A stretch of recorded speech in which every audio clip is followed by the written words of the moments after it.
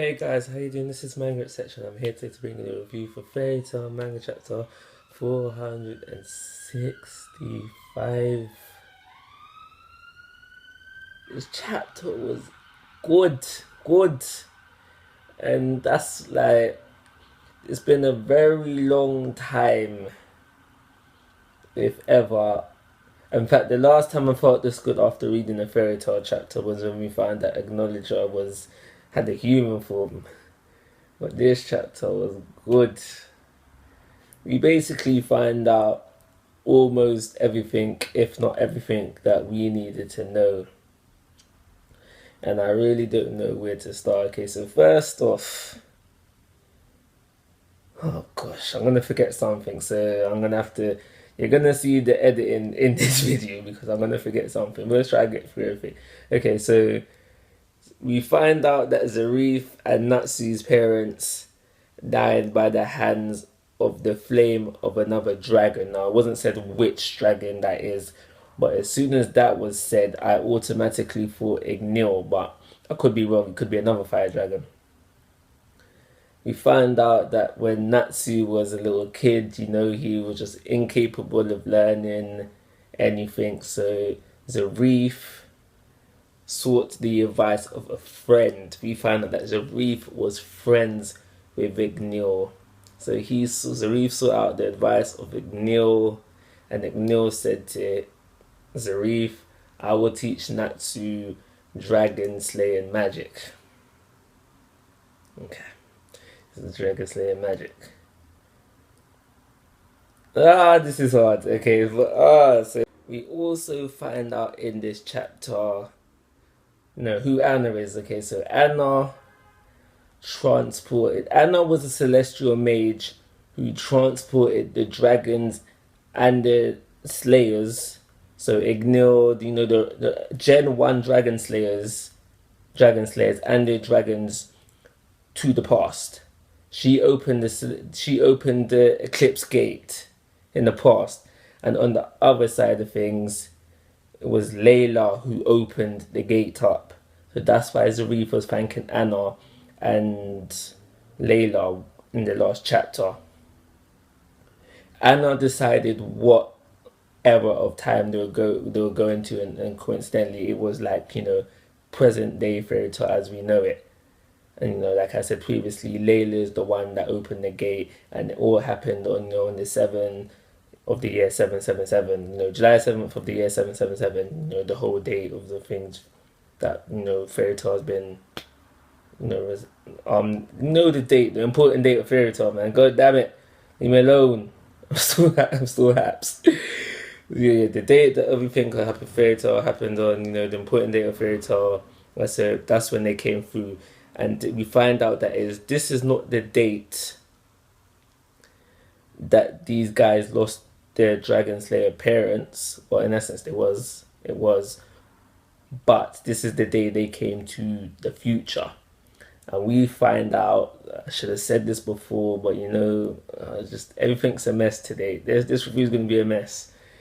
I should have said this before, but we find out how all the Gen 1 Dragon Slayers have one thing in common. They're all orphans, and they were all born 400 years ago as well. So, okay, so maybe that's two things they have in common. But yeah, they're all orphans, and they're all from the same year, 400 years ago. They were just brought to the future.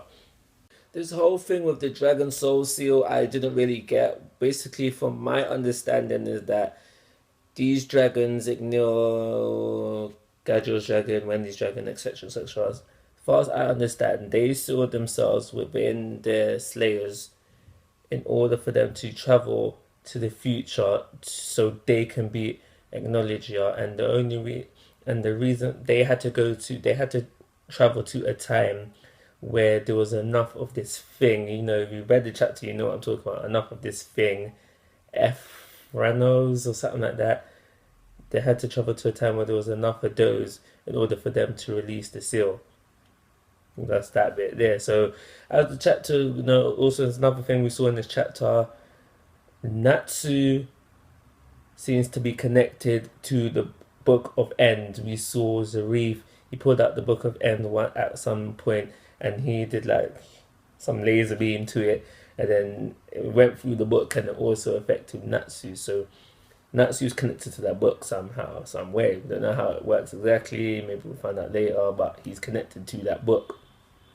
Not only that, we also find out that he's connected to Zarif. Zarif says to Natsu as he's going in to attack again, if you manage to kill me, you'll also be killing yourself and you will no longer cease to exist.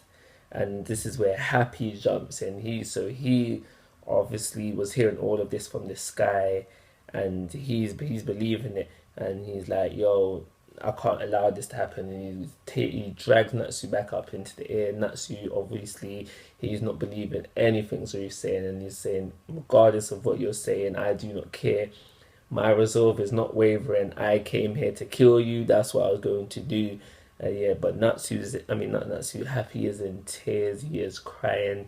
He's like, Natsu, bro, you're my best friend. I can't lose you. Do you not feel the same way? And he basically gets Natsu to calm down, and Happy's like, I'm taking us back to the guild, and that's how the chapter ends. It was a good chapter, and that's everything I should say. But like I should have mentioned before, so Natsu's attack, even though it looked like it made Zarif dispersed, it didn't.